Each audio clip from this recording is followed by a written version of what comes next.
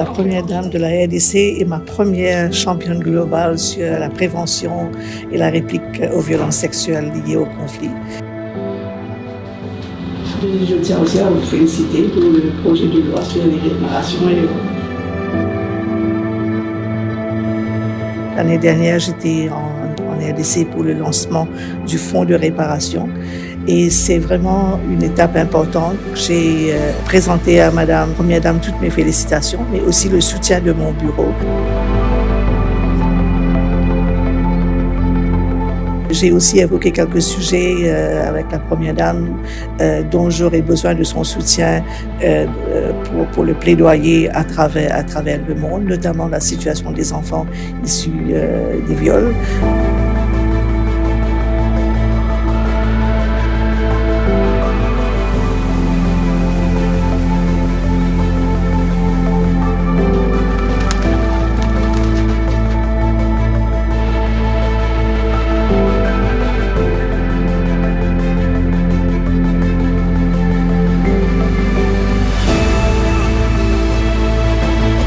Je voudrais remercier une fois encore les premières dames ici présentes.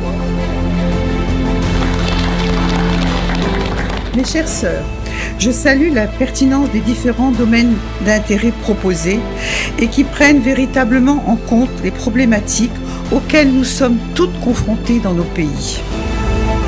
Je tiens à féliciter la présidente pour cette belle initiative de réflexion sur le plan stratégique de notre organisation. J'ai à présent le plaisir d'inviter vice-présidente de OAFLAD, son Excellence Madame Denise Nyakiro Tshisekedi. Elle est une vraie championne mondiale pour la prévention des violences sexuelles, y compris celles liées au conflit. Soyez la bienvenue, Excellence. Mes chères premières dames, mes chères sœurs, je tiens à vous remercier pour le temps consacré, à la fois pour une introspection propre, profonde et sincère de nos activités passées, mais également pour une projection de nos aspirations vers un idéal commun. Ce n'est pas toujours un exercice facile, mais c'est indispensable pour avancer dans les meilleures dispositions. Comme l'a mentionné la présidente dans son mot introductif, la brève évaluation de notre plan stratégique en cours 2019-2023, effectuée par le secrétariat exécutif, nous permet de comptabiliser les nombreux points positifs atteints par notre organisation, mais également de noter ce qui n'a pas correctement fonctionné. Des chocs extérieurs, dont la dernière en date est la pandémie de la Covid-19, ne nous a pas épargnés, exposant la fragilité de notre organisation face à pareilles menaces. Il apparaissait ainsi nécessaire de nous arrêter et de faire le point afin de mieux prendre le virage, nous conduisons vers l'élaboration d'un nouveau plan stratégique qui prendra certainement en compte les merveilleuses contributions de chacune d'entre nous formulées ce jour. Dans le même ordre d'idées, chacune de nos réactions au plan de travail pour les 2 prochaines années proposées par la présidente auront pour but de rendre notre organisation beaucoup plus efficiente, renforçant davantage l'image et le positionnement stratégique de notre organisation, compte tenu des attentes de nos populations respectives. Il y a certes du chemin, mais tout est porté de nos mains. Cependant, l'épineuse problématique du financement de nos activités mérite encore des réflexions et un engagement renouvelé de chacune de nous pour le plus grand bonheur de nos communautés respectives. Et ce, dans le but de réaliser notre vision, celle d'avoir une Afrique développée avec des enfants, des jeunes et des femmes en bonne santé et autonomisées.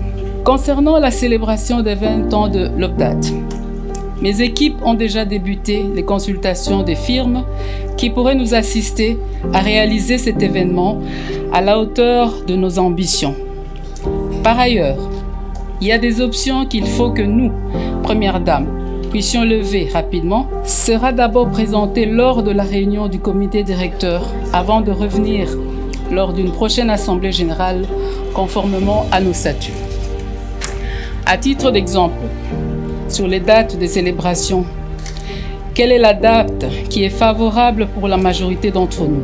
Apparemment, la plupart ne sont pas favorables pour 2022, à part le Niger et un peu la Côte d'Ivoire. Ce sont des points importants que nous devons adresser pour des célébrations mémorables. Encore une fois, nous allons échanger au sein du comité directeur afin de présenter des options qui seront levées par toutes les premières dames pour une approbation. Dans le cadre de la promotion de notre organisation, nous pouvons également penser à un événement parallèle durant le sommet Afrique-États-Unis en décembre à Washington. Et dans mon rôle de championne des Nations Unies en charge de la prévention des violences sexuelles liées au conflit, des échanges informels ont été débutés, notamment avec le bureau de Mme Pramila Patten, qui est représentante spéciale du secrétaire général des Nations Unies en charge de prévention des violences sexuelles en zone de conflit. Et avec la présidente et l'ensemble du comité directeur, nous reviendrons avec une proposition vers vous. Avant de clore mon allocution, je tiens à souhaiter un agréable séjour à New York à toutes les premières dames qui vont encore passer du temps sur le sol américain et à toutes celles qui prennent déjà le chemin de retour. Un excellent voyage. Par ces mots, je déclare clos le déjeuner de travail de ce jour. Je vous remercie.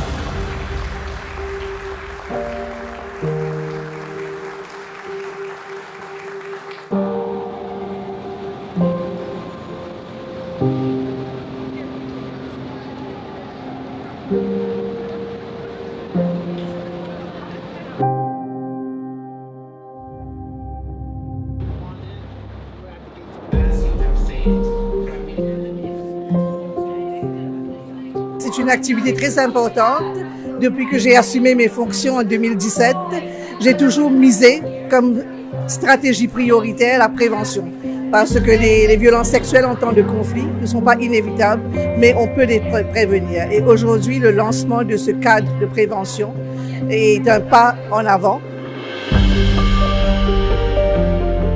Je suis très honorée d'avoir eu une allocution principale de la première dame qui a été livrée par la ministre de l'Égalité du genre. La première dame se sent honorée d'avoir été confiée et se suit à cet important événement. Et ne doute pas un seul instant qu'aujourd'hui, nous serons en train de faire un pas de plus dans la bonne direction, à savoir celle de la prévention des conflits, source de toutes sortes de crimes, dont les violences sexuelles. Pour moi, la RDC, il y a une volonté politique qui est sans précédent. Et mon plus grand souhait, c'est d'implémenter ce cadre de prévention en RDC en tant que priorité.